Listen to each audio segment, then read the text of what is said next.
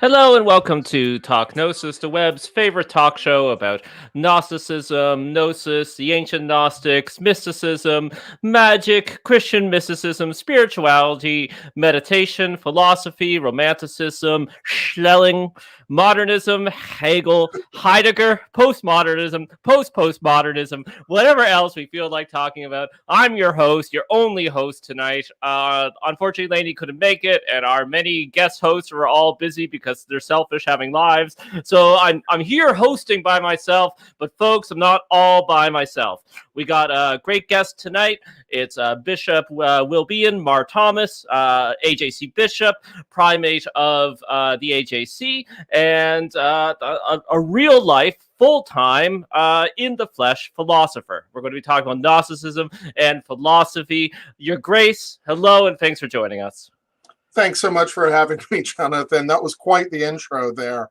Yeah, thank you. So, at least I know I won't verge out of the approved topics, because I don't think there is anything that is outside of the approved topics. Yes, exactly. It's very inclusive that way. So right. I know that you folks are eager to get into this fascinating topic. It's actually a show that we've had more than one person request, to be honest. So that's why we're extra pumped to be doing it, and extra pumped to have Mar Thomas back, because it's been way too long. But before we get to the dessert, we have to eat our broccoli first. And since I have to do our commercial and beg you for money, we are listener supported. We do use a studio, 99 Perspectives, out of Chicago, so the world's best digital studio. We literally can't do the show without your financial support. So if you're able to, please go to patreon.com/Gnostic, where you can donate for as little as $1 per month. You can also put a cap on, a little as $1 per piece of media per month.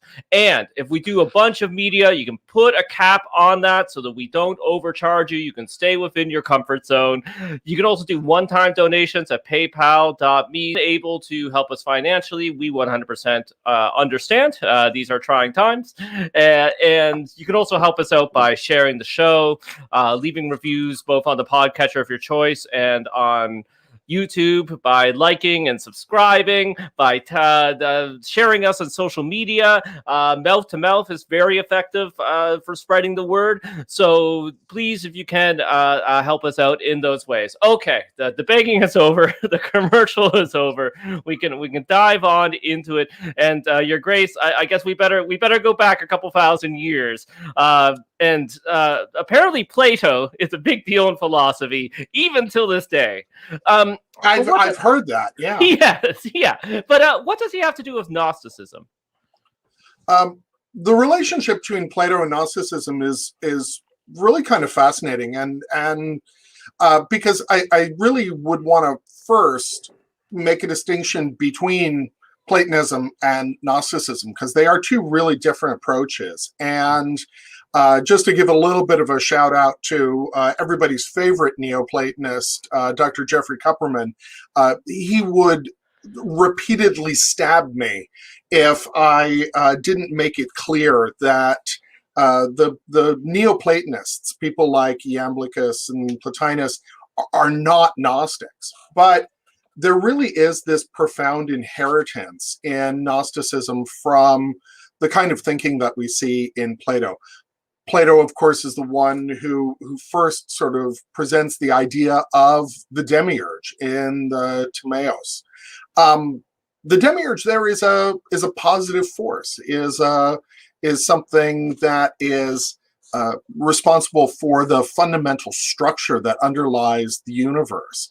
So there's definitely not this sense of the demiurge as an evil presence, or as something that is a failed creation or something like that.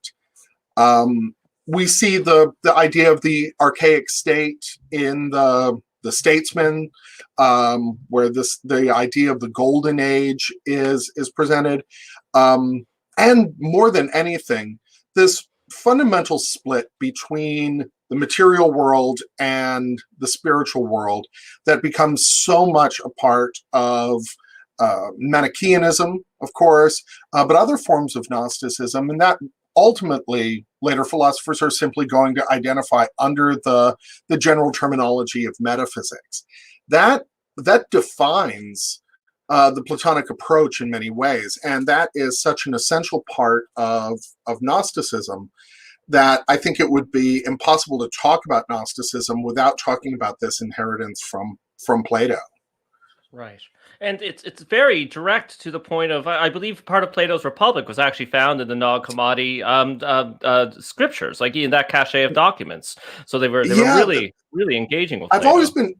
I've always been fascinated by this, that there's this essentially a fairly short document, and when it was first found in 45, they didn't immediately recognize it as Oh, Plato. And so really? it was given a title. Somebody came up with a title for it, and it was only later on that somebody went, "Wait a second, this sounds really familiar. I've heard this somewhere," and they were able to match it up with this segment from Republic. The idea that Plato was regarded by at least one community as worthy of being included in a scriptural tradition, I think is something that is unique among early Christians, to be sure. So that's something that I think we need to acknowledge, that there is, like you said, this historical, very direct link between Plato and what we come to know as Gnosticism. Yeah, and I don't think, you can't always trust a heresiologist, but I think they too say the Gnostics are really into Plato. They even have statues of him and Socrates. So yeah, just those connections are quite fascinating, because I know a lot of people in the ancient world would probably pick up Plato second, third, or even fourth hand, right? So they seem to really be Of course. directly, yeah. And it's interesting because Irenaeus, I mean, speaking of the heresiologists, I mean, the good bishop is the one that always comes to mind. He's one of our primary sources for understanding Gnosticism all the way up until the discovery of the Kanabowskian trove in 45. And so when we're talking about, say, the German idealists, people like Schelling and Hölderlin and Hegel, they don't have access to the Nag Hammadi library. They don't have access to those texts, and so any understanding that they might have of Gnosticism is primarily going to be informed by these heresiological accounts. Yeah, exactly. Well, that's actually a great lead into my next question. And, maybe someday we'll do a future show about more of the ancient philosophers and the philosophical heritage connected to Gnosticism. But a lot of people want to know about more modern philosophers. And by modern, I mean, the roots of modernism, the last 300 years or so. So are there philosophers and schools of philosophy that sort of jump out to you and seem to share some common features with Gnosticism from this time period, from the last couple hundred years? I think that my take on this is going to be a little idiosyncratic, because it's really going to be informed by my own philosophical work, which primarily concerned German idealism and Heidegger and Derrida.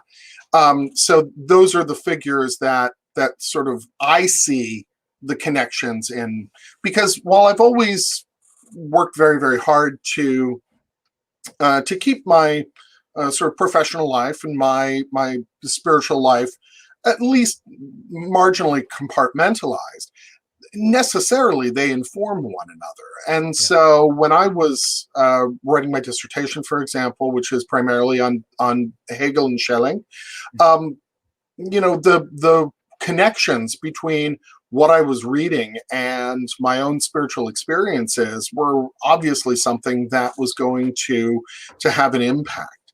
And Hegel is we know two things that I think are striking about Hegel and its relationship to Gnosticism, is that, first of all, we know he was familiar with Gnosticism. There are references in the lectures on the history of philosophy to the Gnostics. So we know he was explicitly familiar with that tradition. But also, as early as 1835, Ferdinand Christian Bauer, in a work called Die Christliche Gnosis, right, the Christian Gnosis, specifically picks out Hegel as a modern Gnostic.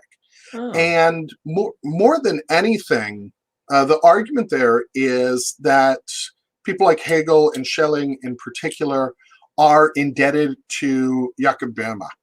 Yeah. And that Böhme represented a kind of Gnosticism. And it's unclear to me to what extent people like Bauer are simply identifying what they think of as a mystical dimension and calling it Gnostic, or whether there's something that is uniquely Gnostic in a very specific way about what Hegel and Schelling and Hegel and Novalis and others are doing.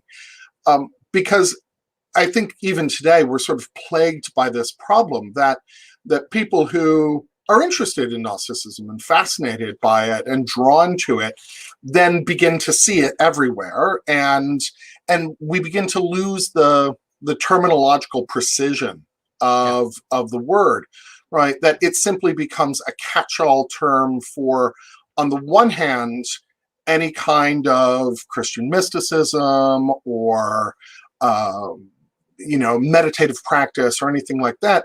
And so a lot of things get lumped in to it that are not specifically Gnostic.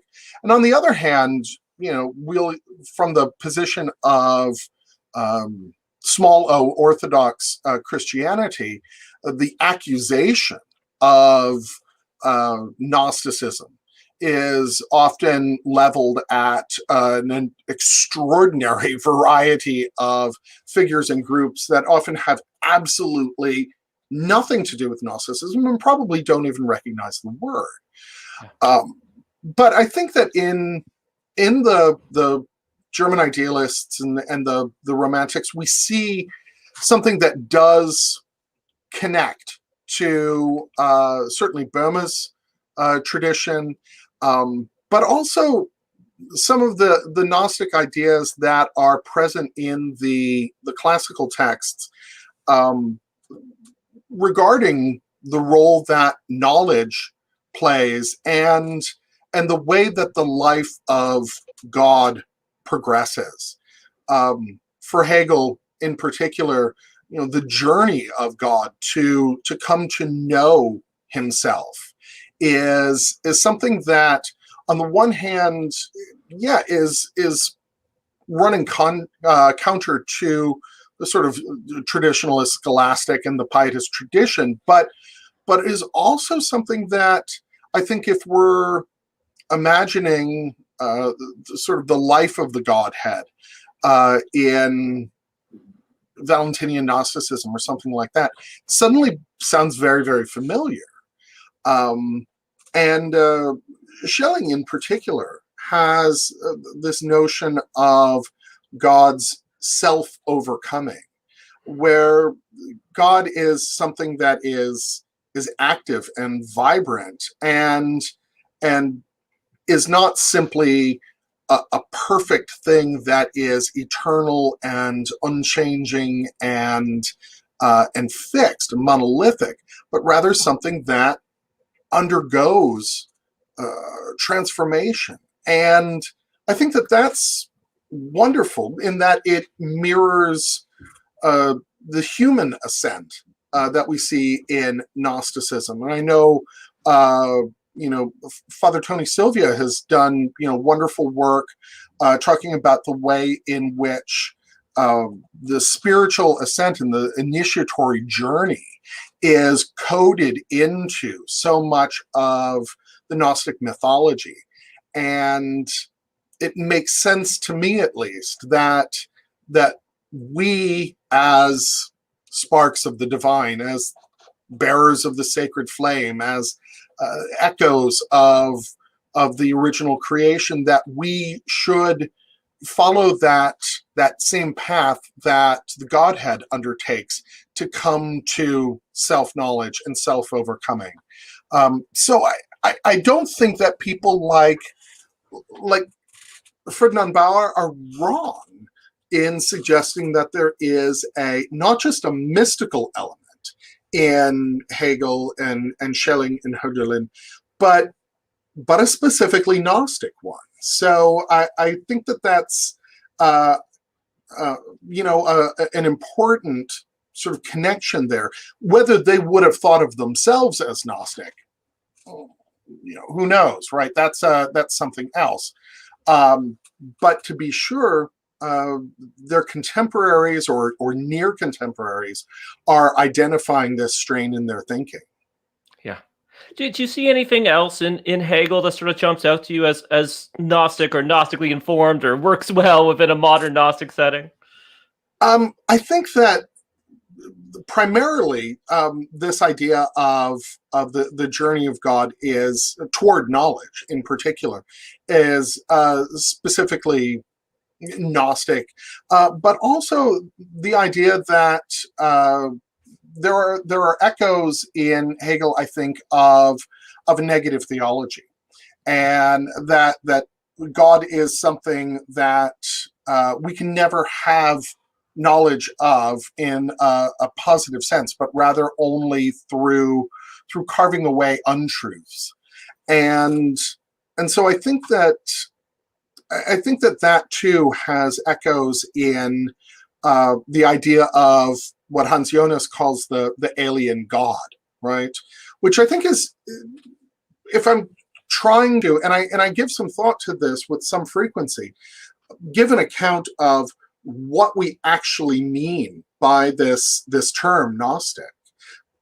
I mean, Dr. DeConnick has been, sort of famously critical of using this term, and I think that her emphasis on terminological precision is all to the good, right? I think that it's important that we use this term with a clear sense of what it is that we're defining and identifying.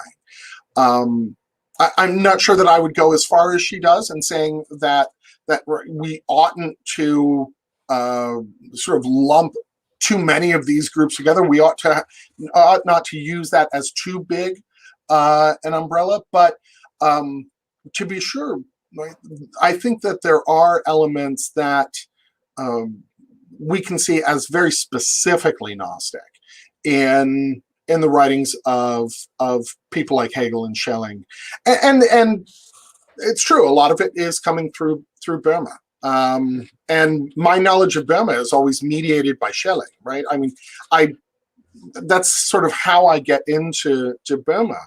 And to be absolutely frank, I don't know Yaku Burma as well as I ought to, considering that I've, pretended to lecture on it. Notoriously easy to read, Burma. Yes. Oh, yeah. Well, yes, naturally. There's Schelling and Hegel too, right? Yeah. I mean, it's always light reading. Yeah. But I think that the idea of knowledge of God being something that is a negative process, I think is something that ties together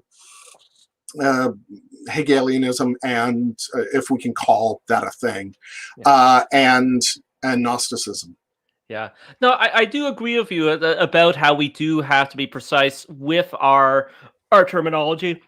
But at the same time, it's, when you're talking about some of these figures, and maybe we can't call them Gnostics, but we can at least say specifically these are Gnostic ideas, Gnostic thoughts.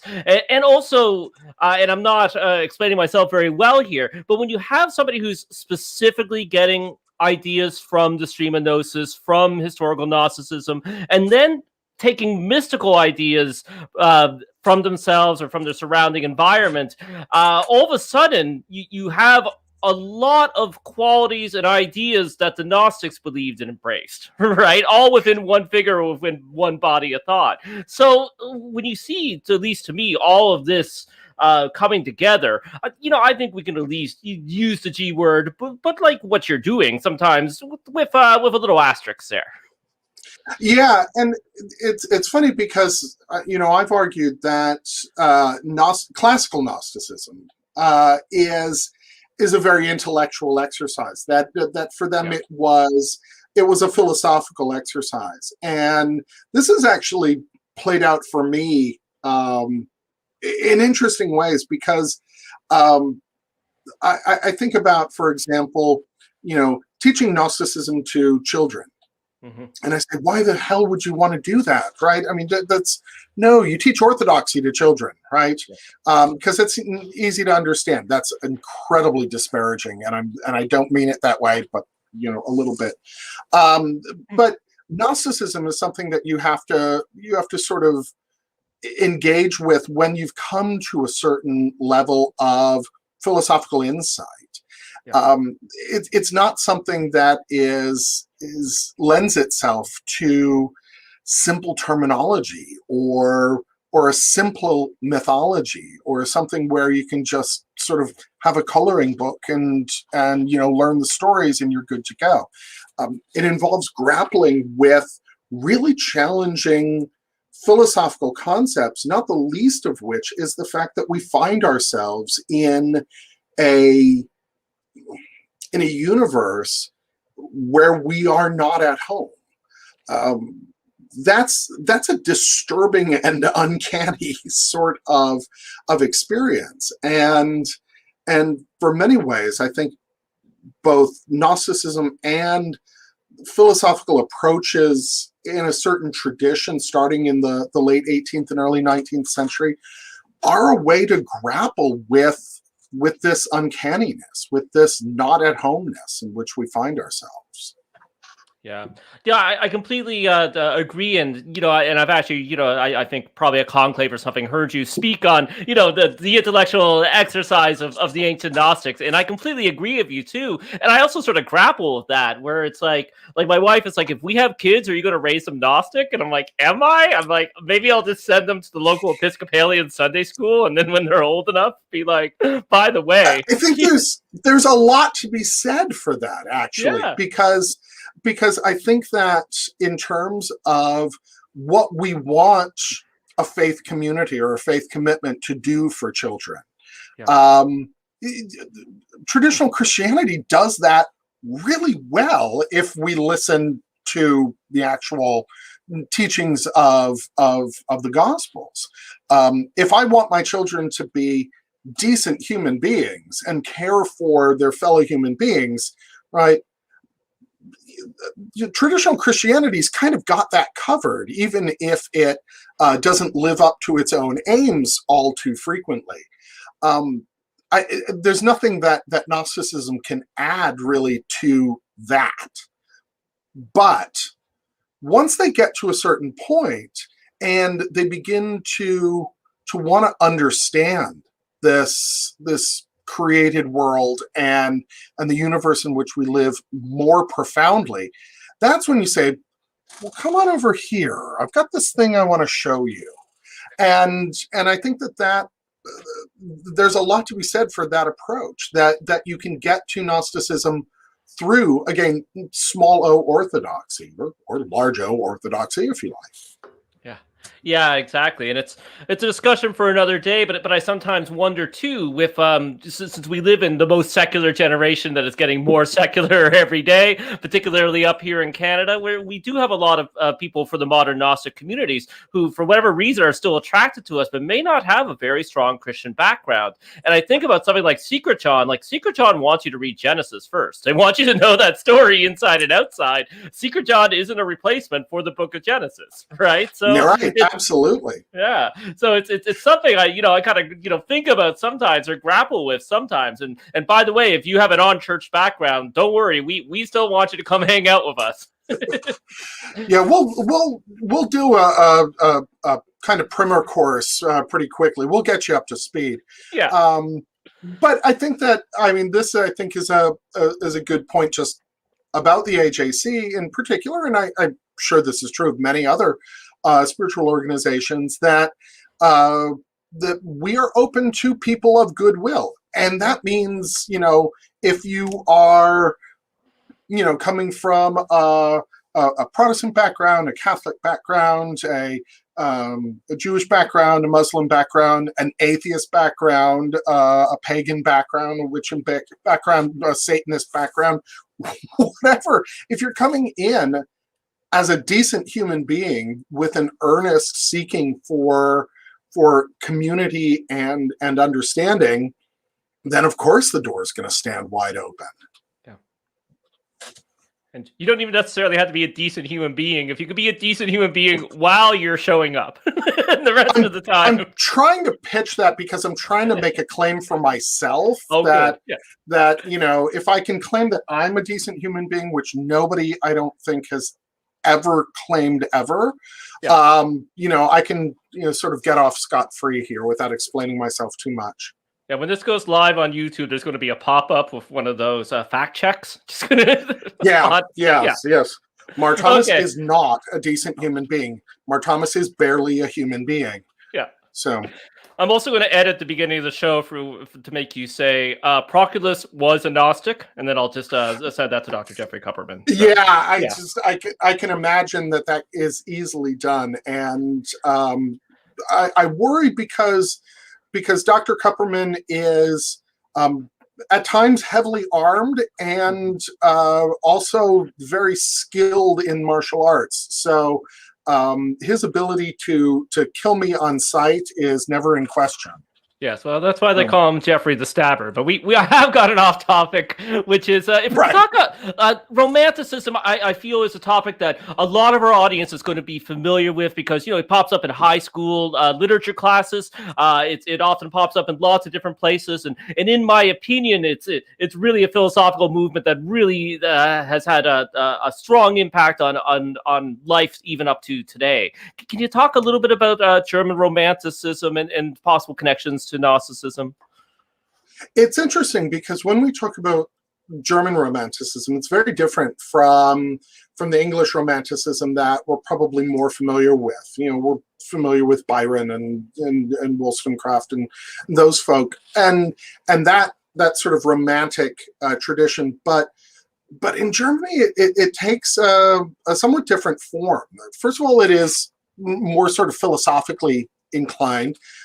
Because I think about people like Hölderlin, and Hölderlin's poetry is at one and the same time very, very nostalgic, right? Very romantic in that sense. It's looking back to ancient Greece in particular. The subtitle of the novel Hyperion is "The Hermit in Greece." And so there is this sort of call back to the Greek tradition in romanticism, in German romanticism, but also to the idea of origins generally, and to looking at things before they have become encrusted by certain forms of civilization or political thinking, and this impulse to sort of read backwards, I think, is something that speaks especially to modern Gnostics, because that's, I think, for many of us, maybe I'm just speaking to my own experience here, that's the impulse that we're following, that we live in a world, as you've said, that is increasingly secular, and there are many wonderful things that have come along with that secularization, to be sure, and we don't want to lose those. But we want to also then read back through a tradition to maybe get at something at the origin of, say, a faith tradition like Christianity that isn't encrusted with the whole history of the ways in which that message has been manipulated and used and deployed and tortured and set on fire and buried and had its head cut off and rolled up in carpets and thrown in the Neva Rip. Right? No, that's somebody else. But that we want to think back to something that's more originary, and I see that same impulse in the Romantics generally, and the German Romantics in particular. If we could skip ahead, you mentioned Heidegger the few times. Could you talk about him and any possible connections to Gnosticism that you see, or ideas that he has that seem to have some similarities to the Gnostics? This is always dangerous ground, right? Yeah. Because you can't talk about Heidegger without talking about his, let's call it very euphemistically, deeply regrettable political investments. Yes. The man was a flaming Nazi. Yeah. So, there's that. And so I think that to a certain extent, especially modern Gnostics, might be a little hesitant to say, oh yeah, definitely, these ideas are what we want to hitch our wagon to, because then it raises really serious questions about the relationship between philosophy and faith and these kinds of political investments. But all of that said, I think that there are aspects of Heidegger's thinking that again appeal especially to modern Gnosticism. And again, this idea of sort of reading back closer to the origin. And for Heidegger, that was a twisting free of metaphysics. This is a terminology that he uses with some frequency to try to get back to a point in philosophy where the question of being is still a question. It's not something where we've already given ourselves the answer, right? Being is presence, it's duration over time, blah, blah, blah. Okay, done, pack that away. Let's do something else, right? To say, no, let's reopen that question. Let's re-examine that question. Let's look at the circumstances in which people like Plato were asking the question of being in a naive way, and I'm trying to use that word in a positive sense, right? That they were able to look at the question of being with unencumbered eyes.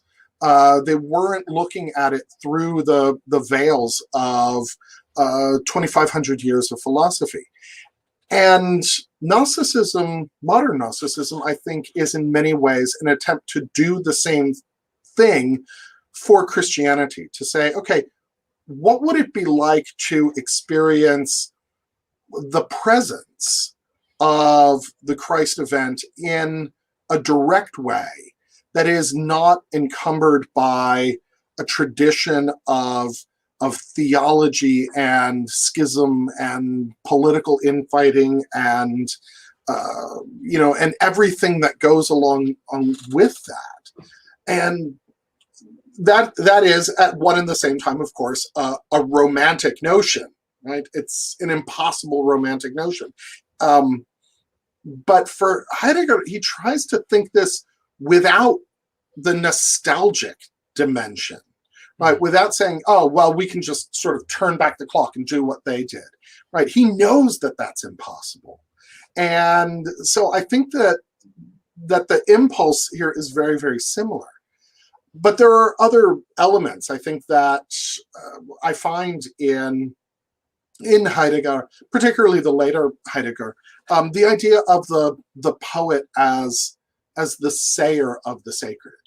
That poetry and symbol and mythology has a way of expressing the sacred and expressing our relationship to being in a unique way that even philosophy can't quite do. Philosophy only gets us so far, but then there has to be this next leap, and to make that leap, we have to follow the poets. We have to follow the myths. We have to set logos aside in favor of mythos, and that sense and that move, I think, is something that, to be sure, Heidegger is inheriting from people like Nietzsche, but that we desperately need in both our philosophy and our faith communities. This regard for the richness of poetic and mythological expression. So, I always hear, poets as the sayer of the sacred as something that I think the early Gnostics, the classical Gnostics, would have grabbed onto very easily. Yeah. Then skipping ahead once more. Now, I started university. First went to university in 1999, and I remember Derrida and the postmodernists and continental philosophy was still very magnetic. You're just trying to make me feel old, aren't you? That's what that move was for. You think you're slick. You think I don't see what you're doing here. Good Lord! In 1990, you said you started university when? 1999. So, but that's going to make a I lot. had my first child when I was 1999, or not when I was 19, in 1999, and my God, I was already working on my PhD. Oh my God, I'm just going to go hang myself now. Thank you for that. Thank you. I can always count on you to make me feel better about myself. Well, just wait till I edit that Heidegger section. So. Oh yeah, great. Yeah, So you're gonna make me look like a complete, fascist pig or something like that. Yeah. So. Derrida, very exciting. I remember at the time. Now I wonder if undergrads are as drawn to him now that we live in hypernormalization. But if you could, I don't remember anything about him. I did read a few books on theology and Derrida. It's all out of my brain. What do you see if there's any connections between the Gnosticism, and his thought?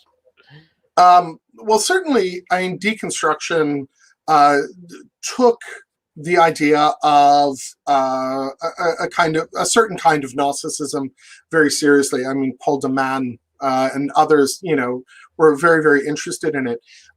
Derrida really explored the avenue of his own Judaism, and was very interested in Jewish mysticism, which of course is, we've been talking a lot about sort of the Platonic dimension and the philosophical dimension of Gnosticism, but of course the other huge inheritance is from Merkaba mysticism and Kabbalah and those things.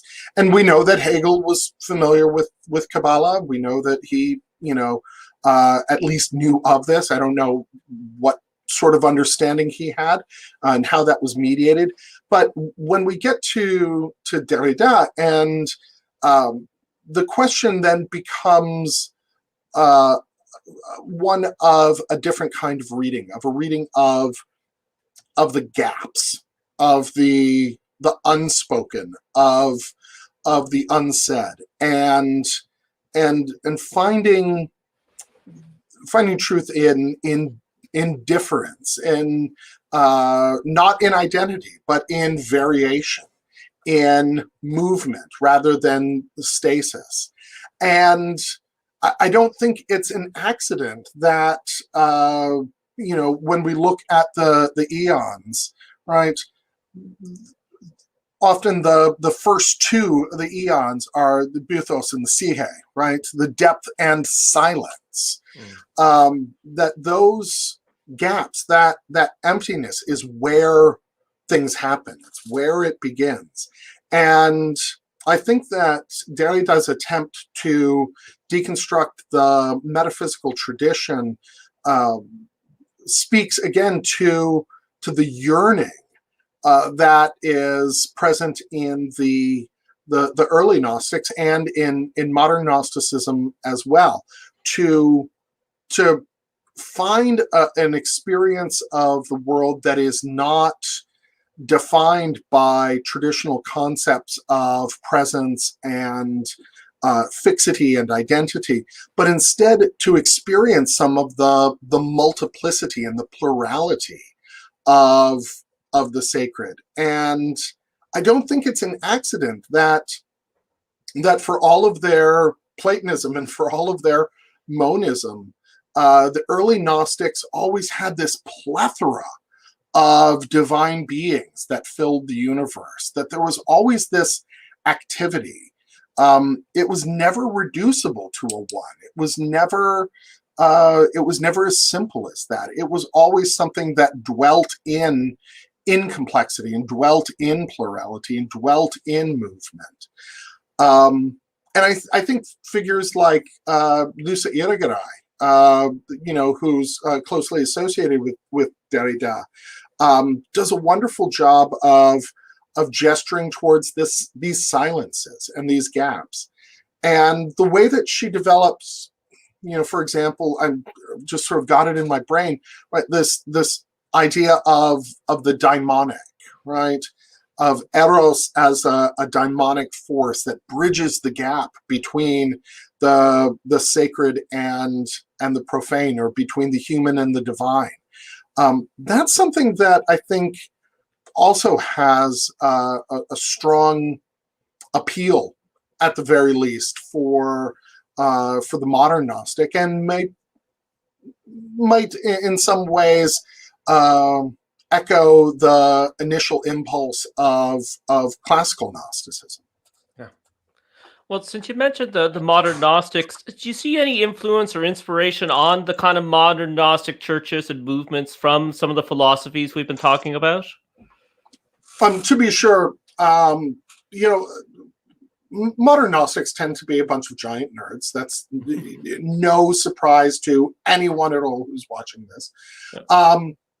And so they are, they tend to be philosophically literate in a way that, 13th century, Christian peasants could never hope to be. That they're coming to it with an understanding of and a recognition of the value of philosophical approaches. And certainly, we don't see the kind of anti-intellectualism amongst modern Gnostics that we might encounter in, for example, certain forms of fundamentalism, whether that be, Christian fundamentalism or, Orthodox Jewish fundamentalism or Muslim fundamentalism or atheist fundamentalism. We don't have the anti-intellectualism that sometimes comes along with those dogmatic sort of intellectual investments.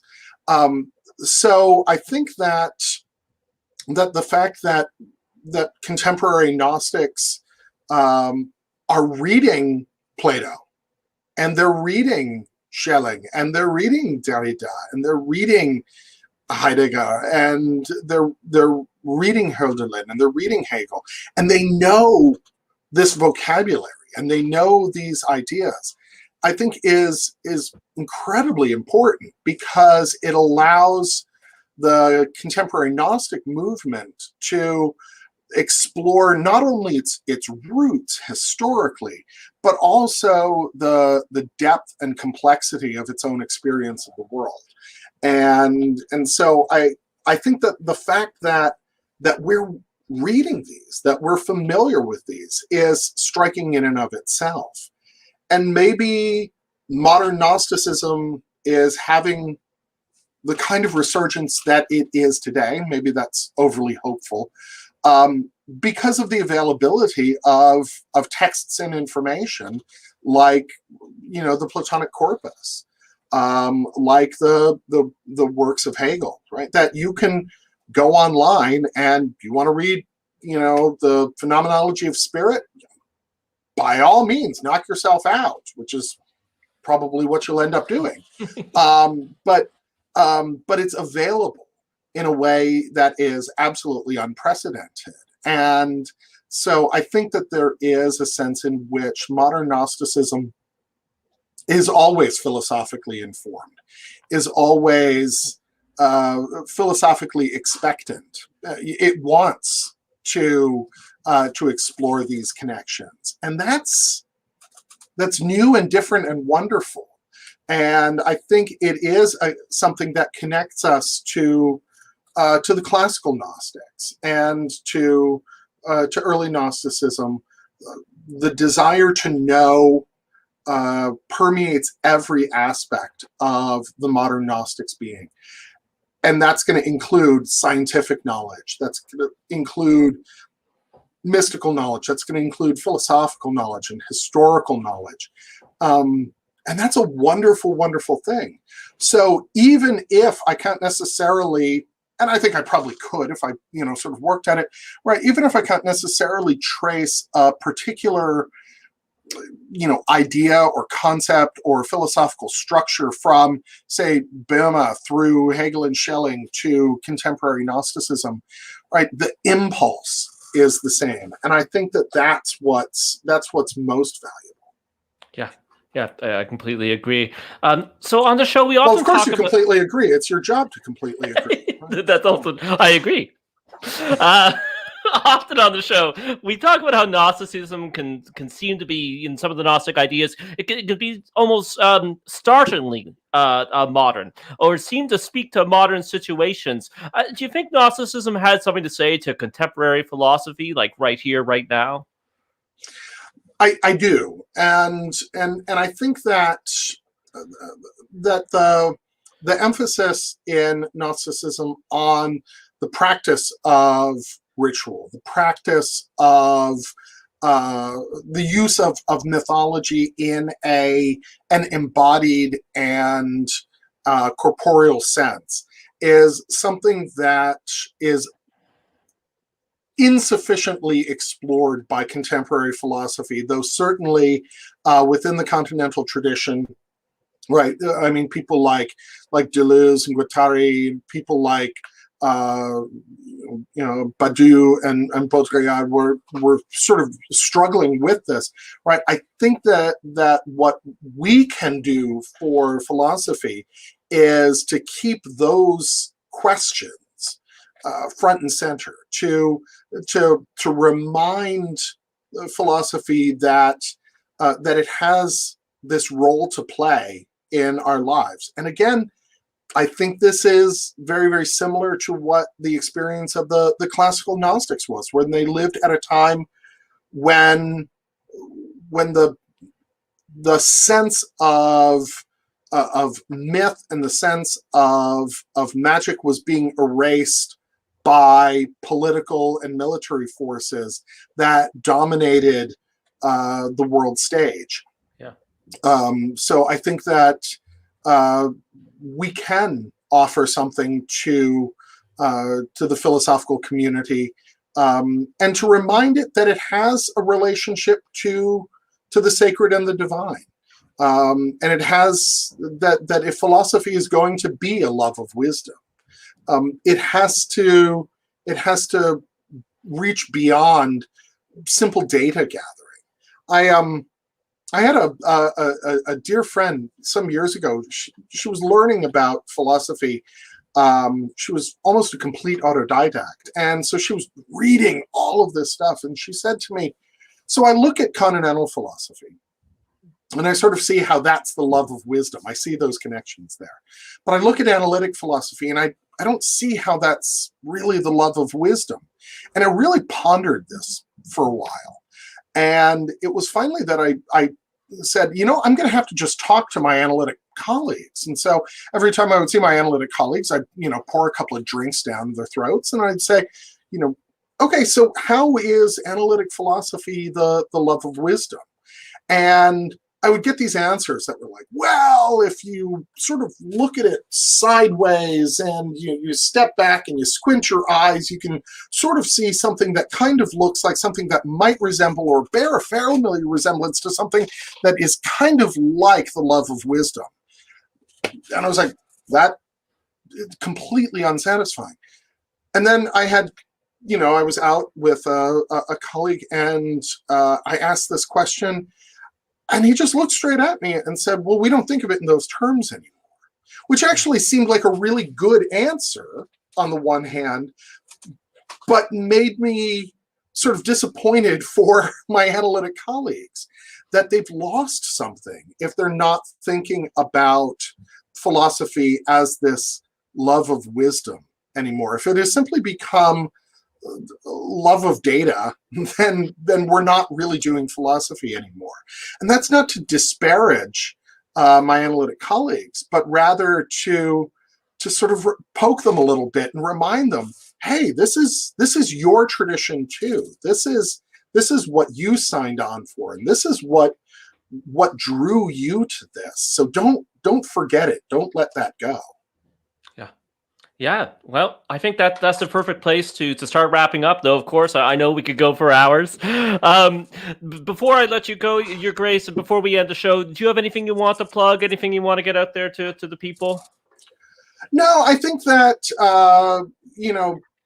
my work is my own work, and I do keep it separate to a certain extent. But, I really just encourage people to explore these connections. I mean, there are so many resources that we have at our disposal. So if I want to plug anything, I just want to plug knowing. I want to put a shout out to knowledge. And I think that anybody who's watching this, right, is already feeling this, is already understanding this. So maybe I'm preaching to the choir here, which is, sort of my job. Yes, precisely. Well, I have two quick plugs before we end, which is I do secular mindfulness meditation every morning at 11 a.m. Montreal time. That's Eastern time. It's at mileendmeditation.substack.com. We got a great crowd that comes out. It's I give instruction if you need it. It's an hour of meditation, a mix of guided and silent, and it's for everybody, whether it's your first time or you're an experienced meditator. It is sort of in the more secular, non-religious the field of meditation and mindfulness. But that said, obviously, if you have an interest in Gnosticism or mysticism or spiritual work, then I think you would get a lot out of it. The other plug I have is holygrail.substack.com. While the crisis is ongoing, I'm doing my AJC the parish meetings online. Feel free to sit in anytime. It's usually the second Sunday, 7 p.m. In the evening Montreal time. That's Eastern time, and you can get all the details by going there or going to Johannite. We're .org, right? Johannite.org. We are .org. Yep. Yes. Okay. Well, thanks again, Your Grace. It's been awesome, and we'll have to do it again sometime. Thank you. It's been good to just see you, Jonathan. I mean, it's been too long. So. Way too long. So fingers crossed for Conclave 2022. Hopefully we'll be able to gather in person. Thanks. That sounds great. Yeah. Okay. Well, we'll see you then. And good night.